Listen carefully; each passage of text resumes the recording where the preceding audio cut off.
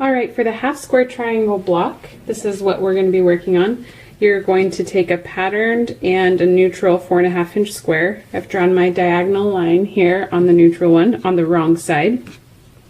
So here's the right side of my fabric. I'm going to place it face down, make sure all my edges are flush, and then I have sewn a 1/4 inch seam on either side of this line.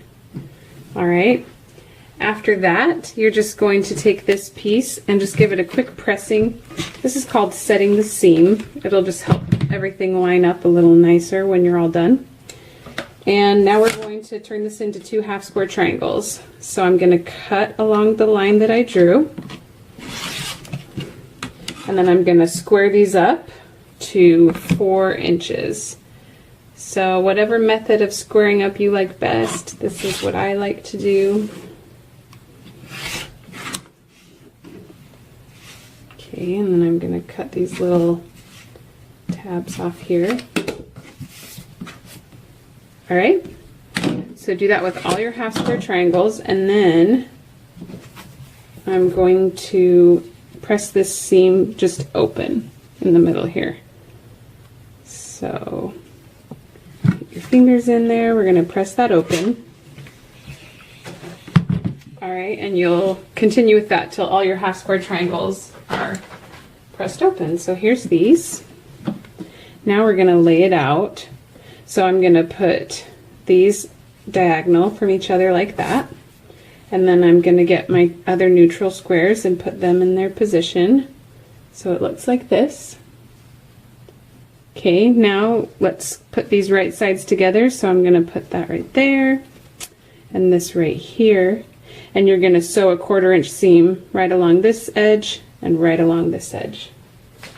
Okay, so now what we'll have is this, and after you've sewn those seams, this one is going to go towards the right, and then you're going to press the seam allowance here towards the right, and then this row is going to have it pressed towards the left. That way, now that we place these right sides together, this place right here is where we're going to be nesting the seams. So since they're going opposing ways, you're just going to slide those right. This one's going that way, bottom one's going that way. Slide them into each other so they're butting up against each other, and then place a pin in there. And now you're going to sew a seam 1/4 inch right all along this long edge. Okay?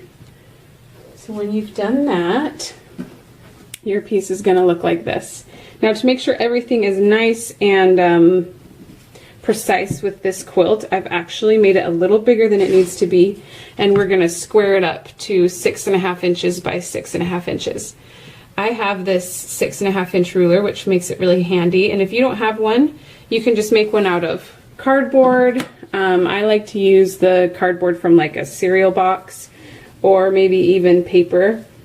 But if you do have a 6.5 inch ruler, or you want to buy one, that is obviously the nicest thing to use. And so we're just going to square this up and cut it so that it is 6.5 inches square.